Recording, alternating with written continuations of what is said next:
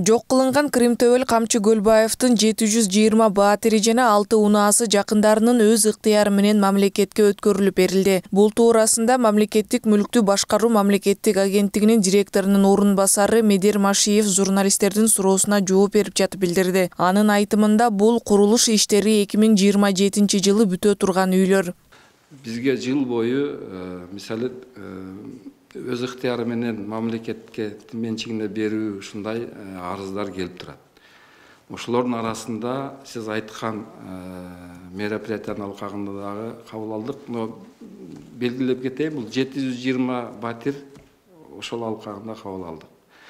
Анан барыңыздар кечээ көп болдуңуздар. Биз биринчи партия транспорттук средстволарды кечээ аукцион жарыяладык, биз сатыкка чыгардык. Ошол транспорттардагы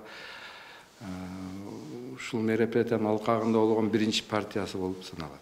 Мындан сырткары Каприз жоопкерчилиги чектелген коомунун үлүшүн мамлекеттик мүлктү менчиктештирүү программасынын алкагында баалоочу ишкана аныкталганы маалымдалды. Анткени буга чейин аталган ЖЧКнын 27,34% үлүшү сатылар айтылган. Ал баалоочу компания ошол биздин үлүшүн баалады. Азыркы күндө чарбалык коомдордун мыйзамына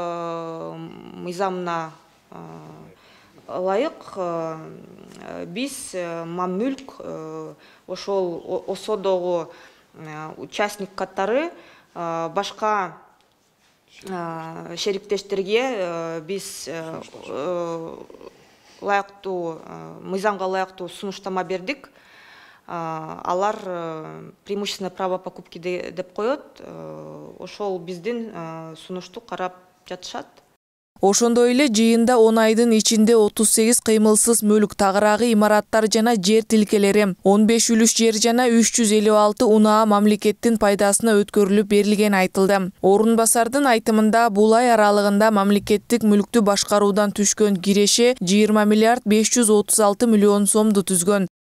Дивидендтерден 16 миллиард 770,1 миллион сом. Мамлекеттик ишканалардын кирешесинен 201,2 миллион сом. Мамлекеттик мүлктү ижарага берүүдөн 142,3 миллион сом. Менчиктештирүүдөн 2 миллиард 68,2 миллион сом. Финансылык эмес активдердин эсебинен акциялардын мамлекеттик пакети боюнча чегерилген дивидендтер 1 миллиард 335,5 миллион сом. Жана башка кирешелер 11,2 миллион сом. 24-жылда дагы бизде ушундай пландарыбыз бар.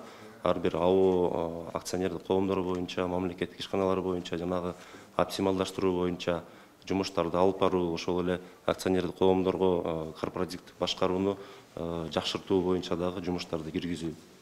Ал эми 10 айдын жыйынтыгы менен 844 ижара келишими түзүлгөн. Акылай Маратова, Жылдыз Кадырбаева, Нью ТВ.